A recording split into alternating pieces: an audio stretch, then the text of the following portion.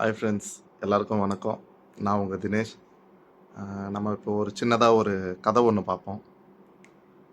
கதையில் என்னன்னு பார்த்தீங்கன்னா, ஒருத்தர் வாழ்க்கை ஃபுல்லாக ரொம்ப கஷ்டமாக இருக்குதுன்ட்டு கடவுளை திட்டிட்டு இருக்காரு.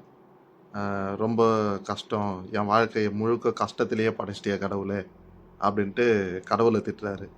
அந்த கடவுள் நேரில் வராரு. நேரில் வந்து, என்னப்பா என்ன பிரச்சனை? என் வாழ்க்கை முழுவதுமே கஷ்டமாக இருக்குது அப்படின்னு. உடனேயே 2 பேப்பர் குடுத்தாரு. 2 பேப்பர் குடுத்து, "இந்தாப்பா இது வந்துட்டு உன் வாழ்க்கையில நடந்த சந்தோஷமான விஷயங்கள். இன்னொரு பேப்பர்ல உன் வாழ்க்கையில நடந்த கஷ்டமான விஷயங்கள்" எழுத சொன்னாரு. அவரு அந்த ஒயிட் பேப்பர் எடுத்து ஃபர்ஸ்ட்டு சந்தோஷமான விஷயத்த எழுதாம, கஷ்டத்த மட்டும் எழுதினாரு. அவருக்கு இவ்வளோ கடன் இருக்கு, இவ்வளோ பிரச்சனைகள் இருக்கு, இந்தந்த மாதிரி பிரச்சனைகள் வருது. அவருடைய சொந்த கஷ்டங்கள், வெளி கஷ்டங்கள், வேலை கஷ்டங்கள், அந்த போல பல கஷ்டங்களையும் அந்த பேப்பர் எழுதிட்டு ஃபுல்லா ஒரு நெறைய லிஸ்ட்டு போட்டு கடவுள்கிட்ட குடுத்தாரு. சரிப்பா சந்தோஷத்த எழுதுன்னாரு. சந்தோஷத்த எழுதும்போது, "இல்ல சந்தோஷம் என் வாழ்க்கையில ஒண்ணுமே இல்ல" அப்படின்ற போல பதில் சொன்னாரு. உடனே வந்துட்டு கடவுள் கேட்டாரு, "என்னப்பா சந்தோஷமே உன் வாழ்க்கையில இல்லையா? சரி ஓகே நான் கேட்கறது பதில் சொல்லு" அப்படின்னு. "சரி உனக்கு கை உடைஞ்சதே அது எப்போ?" அப்படின்னு கேட்டாரு. கடவுளே அப்படிலாம் ஒண்ணும் நடக்கல எனக்கு. நான் சின்ன வயசுலேருந்து நல்லா ஆரோக்கியமா தான் இருக்கிறேன்" அப்படின்னு சொன்னாரு. சொன்ன உடனே, அப்ப அதுவே ஒரு சந்தோஷமான விஷயம் தானப்பா. ஏன்னா, கை, கால் இல்லாமலே நெறைய பேர் எவ்வளோ கஷ்டத்துல இருக்காங்க. அவங்களும் ஏதாச்சும் ஒரு வேலை செஞ்சு, அவங்களையே அவங்க பார்த்துக்கிறாங்க. அவங்க சிலர் வந்துட்டு திருமணம் பண்ணி, அவங்க ஒரு குடும்ப வாழ்க்கைய போயிட்டு, அவங்க குழந்தை குட்டிங்களையும் சேர்ந்து பார்த்துக்கிற அளவுக்கு அவங்க முன்னேறி இருக்காங்க. அந்த அளவுக்கு அவங்கலாம் இருக்கிறாங்க. ஒரு கை இழந்து, கால் இழந்தும் அவ்ளோ சிரமத்திலயும் அவங்க வந்துட்டு வாழ்ந்துட்டு இருக்காங்க. அப்போ உனக்கு அது ஒரு சந்தோஷமான விஷயம் தானே! ஏன்னா, உனக்கு கை, கால் 2மே நல்லா இருக்குது. அது சந்தோஷமான விஷயம் தானே! அப்போ சந்தோஷத்துல அத எழுதுப்பா அப்டின்னாரு.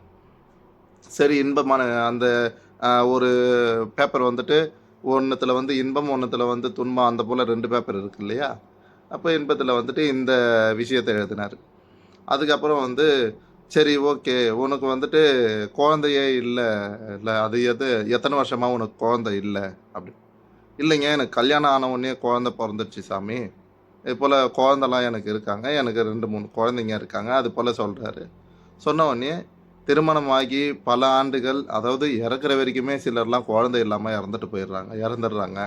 ஸோ உனக்கெல்லாம் குழந்தை அதாவது செல்வத்து செல்வத்திலேயே பெரிய செல்வம் குழந்தை செல்வம், மழலை செல்வம் சொல்லுவாங்க. அந்த மாதிரி இந்த குழந்தை செல்வம் உனக்கு இருக்குதே, அத எதுக்கு நீ இன்பமா எடுத்துக்கல? அதுவும் ஒரு சந்தோஷமான விஷயம் தானே. அத எழுது அப்படின்னு. அதுபோல அதையும் எழுதினாரு. அதுபோல நெறைய பிரச்சனைகள சொல்லி, எக்ஸாம்பிளா சொல்லி, இது போல இந்த விஷயம்லாம் உனக்கு சந்தோஷமான விஷயம் தானே! அப்டின்ட்டு அத எழுத, அவருக்கு இன்பத்த எழுதுறதுக்கு பேப்பர் பத்தல. பத்தாம அடிஷனல் பேப்பர் வாங்குற அளவுக்கு அவருக்கு வந்துட்டு இன்பங்கள் அவ்ளோ விஷயம் இருக்கு. இதுலருந்து என்ன நம்ம தெரிஞ்சுக்கிறோம்னா, வாழ்க்கையில நெறைய சந்தோஷமான விஷயங்கள் இருக்கு. அதெல்லாம் நம்ம யோசிக்க மறந்துர்றோம். அத விட்டுட்டு நம்ம துன்பத்த மட்டுமே யோசிச்சுட்டு, நம்மளுடைய லைஃப் டைம முழுக்கவே வேஸ்ட் பண்றோம்.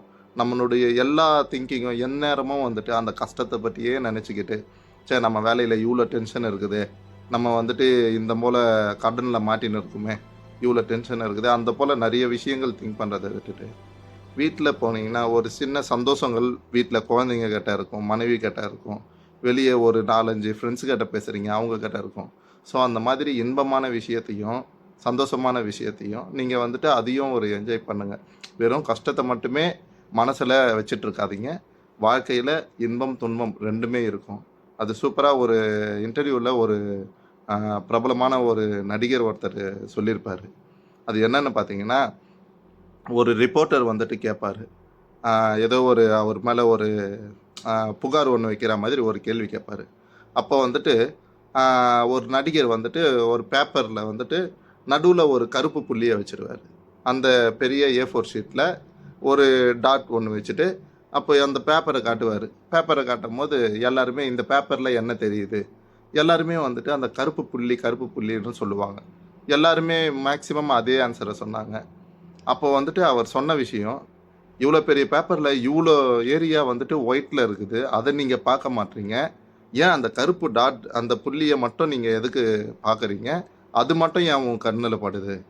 மற்ற அவ்வளோ ஏரியா வெள்ளை ஏரியா இருக்குது, அதெல்லாம் ஏன் உங்கள் கண்ணுக்கு தெரியல? அந்த மாதிரி வாழ்க்கையில் சந்தோஷமான விஷயங்கள் நிறைய இருக்குது. அதையும் பாருங்கள். கஷ்டத்துலேயே போயிட்டு மாட்டிட்டு நின்றுடாதீங்க. ஓகே ஃப்ரெண்ட்ஸ், கதை பிடிச்சிருந்தா லைக் பண்ணுங்கள், சப்ஸ்கிரைப் பண்ணுங்கள், மற்றவங்களுக்கும் ஷேர் பண்ணி விடுங்க.